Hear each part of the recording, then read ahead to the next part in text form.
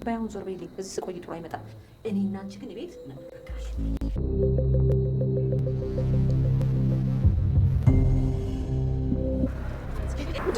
ምንድን ነው የመሰልሽ? ሆነሽ ነው እንደዚህ ተቆሳቆልሽ? እውነት አንቺ ነሽ? እማዬ ደህና ነኝ። ምንም አልተጎሳቆልኩም፣ ደህና ነኝ። እንዴ ልጄ፣ ከዚህ በለጠ እንዴት ተጎሳቆልሻለሁ? እማ አንቺ በይሳት ከቤተ ክርስቲያን እንደምትመጪ ስላወቅኩኝ ነው እዚህ ጠበቅኩሽ እንጂ ይሄ ቦታ በጣም ለእኔ አስጊ ነው። ደበቅ ያለ ቦታ ደበቅ ያለ ድርጅቱ ጠበቃ ነው። ድርጅቱን በሁሉም ነገር ቀጥ አድርጎ የያዘ ጎበዝ ጠበቃ ነው ብሎኛል። ስለዚህ ፖሊስ ሳይዛት በፊት ሁሉንም ነገር ለሱ ከነገረችው ነገሮችን ሊያስተካክልልን ይችላል። ስለዚህ ይልሽንሽ ማንም ሰው ሳያይ በጓሮ በኩል እንሂድና ቀስ ብለን እንግባት። እየጋ እማዬ ግን ምንም ግን የለም የኔ ልጅ። አቶ መስፍን ጋር እንሂድና የሚሆነውን ነገር ጽጌረዳ፣ አንቺ ምንም ማድረግ አትችይም። ይሄ የኛ ስራ ነው። ምንም ግን የሚባል ነገር የለም የኔ ልጅ። ተነሻውን ግርግሩም ሳይበዛ ሰውም ሳያይን ሹልክ ብለን እንሂድ።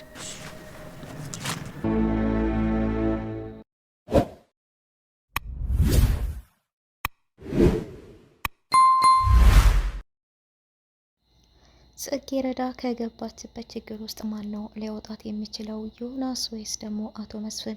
አቶ መስፍን እንግዲህ ነገሩ በጣም ከባድ ነው። እኔ የምችለውን ነገር ሁሉ አደርጋለሁ፣ አግዝሻለሁ፣ አይዞሽ እያለት ይገኛል። በከፊቱ ላይም ድንጋጤ ይገኛል። ነገር ግን የስራውን ሁኔታ ሲሰማ በጣም ደንግጠዋል ማለት ነው። ይሄ ነገር በጣም ከባድ ይሆናል። ከፈረንጆች ጋር የተነካካ ነገር ጥሩ አይደለም ያለ ይገኛል። ሰላም ጤና ይስጥልኝ ውድና የተከበራችሁ የቻናሌ ቤተሰቦች ሁላችሁም ሰላም ብያለሁ። በያላችሁበት ሰላማችሁ ብዝት ተረፍረፍ ይበልኝ እያልኩኝ ለቻናሉ አዲስ የሆናችሁ ሰብስክራይብ ያደረጋችሁ፣ ነባሮች ደግሞ ላይክ ያደረጋችሁ፣ ሀሳብ አስተያየት እየሰጣችሁ ለምታበረታቱኝ ሁላችሁም ከልብ አመሰግናለሁ። ጽጌረዳ ድራማ እንግዲህ ደስ የሚልና አስተማሪ ድራማ ብዙ ቁም ነገር ያለበት ነው ማለት ነውና ጽጌረዳ እንግዲህ አሁን ላይ በጣም ታሳዝናለች።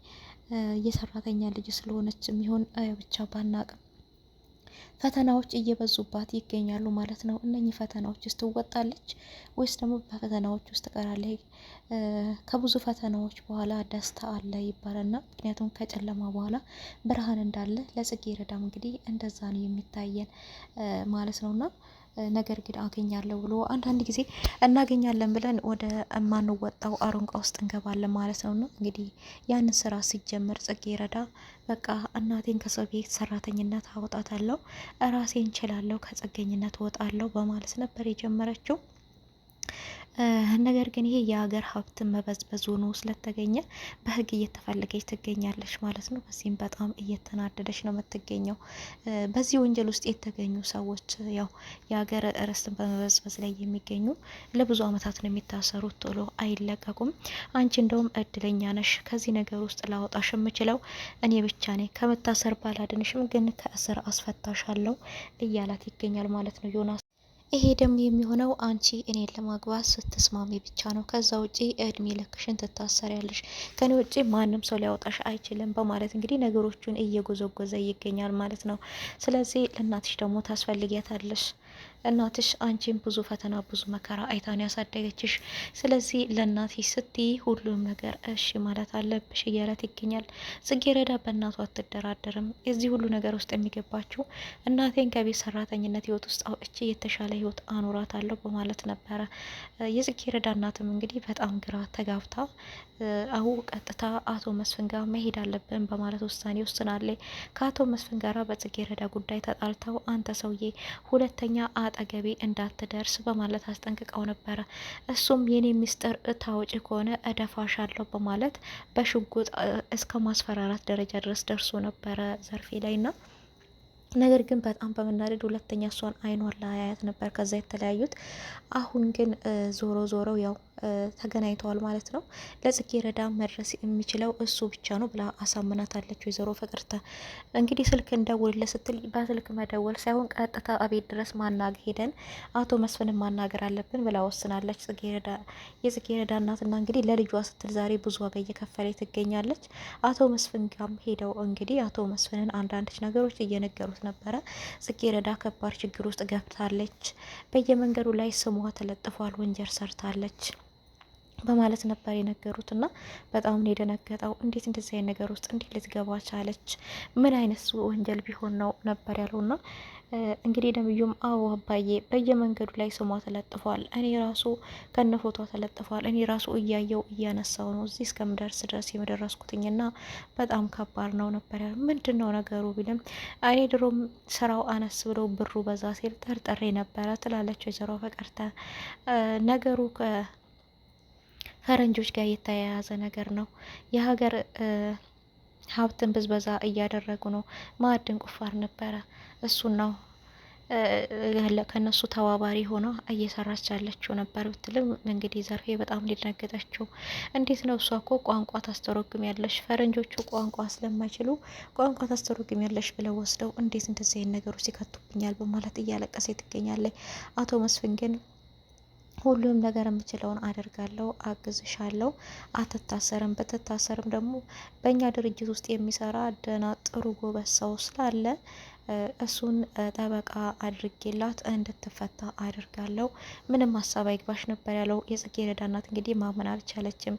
ቤትም ገብታ ተንበርክካ ጸሎት እያደረገች ፈጣሪዋን እየለመነች ነበርና ወዲያውኑ እንግዲህ ቤተ ክርስቲያን ሄዳ ጸሎት ማርግታ ስትመለስ መንገድ ላይ ኩስስ ብላ የተቀመጠች የኔ ቢጼ ትመለከታለች ና እንግዲህ ጽጌረዳ ብቻዋን በጭንቀት ላይ ትገኛለች። እዛም እንግዲህ ከቤት የምትወጣበት ሲስተም ያገኘችው በጣም የሚገርም ሲስተም ነው። ዮናስም እንደተለመደው አንቺ ወደ ውጭ መውጣት ስለማትች ነው እዚህ ምግብ ያመጣውልሽ ቢ ምግብሽን በማለት ነበረ። ተመልሼ እመጣለሁ ነገ ጠዋት፣ አሁን ከባድ ጉዳይ ያለብኝ መሄድ አለብኝ በማለት ነበር ሄደው። እሷም ምግቡም ለብላት ታስብና በጣም በቃ ትናደድና ምግቡን ትታ ድርቶ ለባብሳ እንግዲህ ደራርባ አሮጊት መስላ ባጠገቡ ነበር አልፋ ሄደችው። ሄዳ እንግዲህ ቤተ ክርስቲያን መንገድ ላይ እናቷ መላለሻ መንገድ ላይ ነበር የተቀመጠችው። እናቷም እንግዲህ የኔ ቤጤ ናት ብላ ብር ጣል ስታደርግላት ጽጌረዳ የእናቷን እጅ ያዘ ታደርገዋለች ማለት ነው። ጎንበስ ብላ ስታያት የገዛ ልጇ ናት። በጣም ነው የደነገጠችው። ልጅ ምን ሆነሽ ነው? ምን ሆነሽ ነው ራስሽን የጣልሽው? ምን ሆነሽ ነው ይሄን የለበሽው ነበር ያለቻት። እማዬ ምንም አልሆንኩም፣ አሁን ከባድ ሁኔታ ውስጥ ስለሆንኩ ሰዎች እንዳያውቁኝ ነው እንደዚህ የለበስኩት። በጣም ደህና ነኝ። አንቺ ዛሬ እዚህ ቤተ ክርስቲያን እንደምትመጪ ስለማውቅ ነው መንገድ ላይ ጠበቅኩሽ ነበር ያለቻት። እሷም በይ አሁን ሹልክ ብለን ወደ ቤት እንሄዳለን፣ በጓሮ በኩል ይዤሽ እገባለሁ፣ ማንም አይሽም ልጄ። አቶ መስፍን እንደማናግረዋለሁ፣ እሱ ነገሮችን ሁሉ እንደሚጨርስ ነግሮኛል። እንደዚሁም ደግሞ በጣም ጥሩ ጠበቃ እንደሚቀጥርልሽም ነግሮኛል ነበር ያለቻት። እሷ አይሆንም፣ ከዚህ ነገር ውስጥ ሊያወጣኝ የሚችለው ዮናስ ብቻ ነው። ምክንያቱም እዚህ ወንጀል ውስጥ የተያዙ ሰዎች ብዙ አመታት እየታሰሩ ነው፣ አይለቀቁም አለኝ። ከዚህ ችግር ውስጥ ሊያወጣኝ የሚችለው እሱ ብቻ ነው ማየ ትላታለች። አይሆንም፣ ሁሉም ነገር ይቻላል። አቶ መስፍን ችግር የለውም፣ ያቻልኩትን ነገር ሁሉ አደርጋለሁ ብሎኛል። እንዴት እሱ ብቻ የሚፈታው ችግር ሆነ? ሌላ ሰው የሚፈታውም ይችላል እንጂ እያለቻት ነበረ። ጽጌረዳ እንግዲህ ይህን ልትል የቻለችበት እዚህ ችግር ውስጥ ያስገባውሽም እኔ ነኝ፣ ላውጣሽም የምችለውም እኔ ነኝ ብሎ እንግዲህ አሳምኗታል ማለት ነው። ጽጌረዳ ወደ ቤት ስትሄድ እንግዲህ ወይዘሮ ፍቅርተም ያየች በጣም ደንግጣለች። ምንድነው የሆንሽው? ምንድነው የተፈጠረው? እያለች እንግዲህ በጣም ደንግጣለች ማለት ነው። ጽጌረዳ ግን በቃ አይ እኔ ቋንቋ ማስተርጎም ነበር የተባልኩትኝ፣ አንዳንድ ፋይሎችን ሲለዋወጡ ቋንቋ እያስተረጎምኩ ሰጣቸዋለሁ፣ ከዛ ውጪ እኔ ምንም የማውቀው ነገር የለም እያለ እያለቀሰ ትገኛለች ማለት ነው። ነብዩና ፌበንም እንግዲህ የራሳቸውን ያው መንገድ እያስኬዱ ይገኛሉና ፌበን ያው እየሄደችበት ያለችው መንገድ ትክክል መንገድ አይደለም። ገና ያገባታል አያገባትም ሳታውቅ በመጠጥ አስክራው እንግዲህ አብረው እያደረችም ትገኛለች። ይህንን ተመልክታለች ሰራተኛዋ። እንግዲህ እዛ ቤት የገባችው ለሰራተኝነት ሳይሆን መኮንን ያስገባት ለስለላ ነው። እነሱ ከአንድ መኝታ ቤት አድረው ሲወጡ በር ላይ ፊት ለፊት ባይኗ አይታዋቸዋለች ማለት ነው። እሷም ጉድ እኮ ነው አብሮ አደሩ እያለች አቶ መስፍን ክላስ የገባችውን ማለት ነው። እና ነገር ግን ጽጌረዳና ነብዩ እጅ ለእጅ ተያይዘው ሲያወሩ ያው የሚያወሩት የፍቅር ወሬ፣ ይህንን ግን መኮንን ተመልክተዋል ማለት ነው። መኮንን እንግዲህ እዚህ ጋር ሚስጥር ያወጣል ወይስ ጽጌረዳ የራሷን ኑሮ እንድትኖር ያደርጋታል? ጽጌረዳ እንግዲህ አሁን ያው ከማንም ጋር አይደለችም ከራሷ ጋር ብቻ ናት ማለት ነው። ያው በመሀል ግን ዮናስ ገብቷል። የገባበት መንገድ ትክክለኛ ባይሆንም ዮናስ ገብቷል ማለት ነውና ሄቨን እንግዲህ ከመኮንን ጋር ነው አሁን እየሰራች የምትገኘው። መኮንን ከዳቴውን ሚስጥሮችን አውጥቶ ለነብዩ ይነግረው ይሆን የሚለውን እንግዲህ እሱን በቀጣይ የምናይ ይሆናል ማለት ነው። እስከዛው ድረስ ቸር ሰንብቱልኝ። ለቤቱ አዲስ ሆናችሁ ሰብስክራይብ እያደረጋችሁ፣ ነባሮች ላይክ እያደረጋችሁ ለምታበረታቱኝ ሁላችሁንም ከልብ አመሰግናለሁ። በቀጣይ እስከምንገናኝ ድረስ ቸር ሰንብቱልኝ።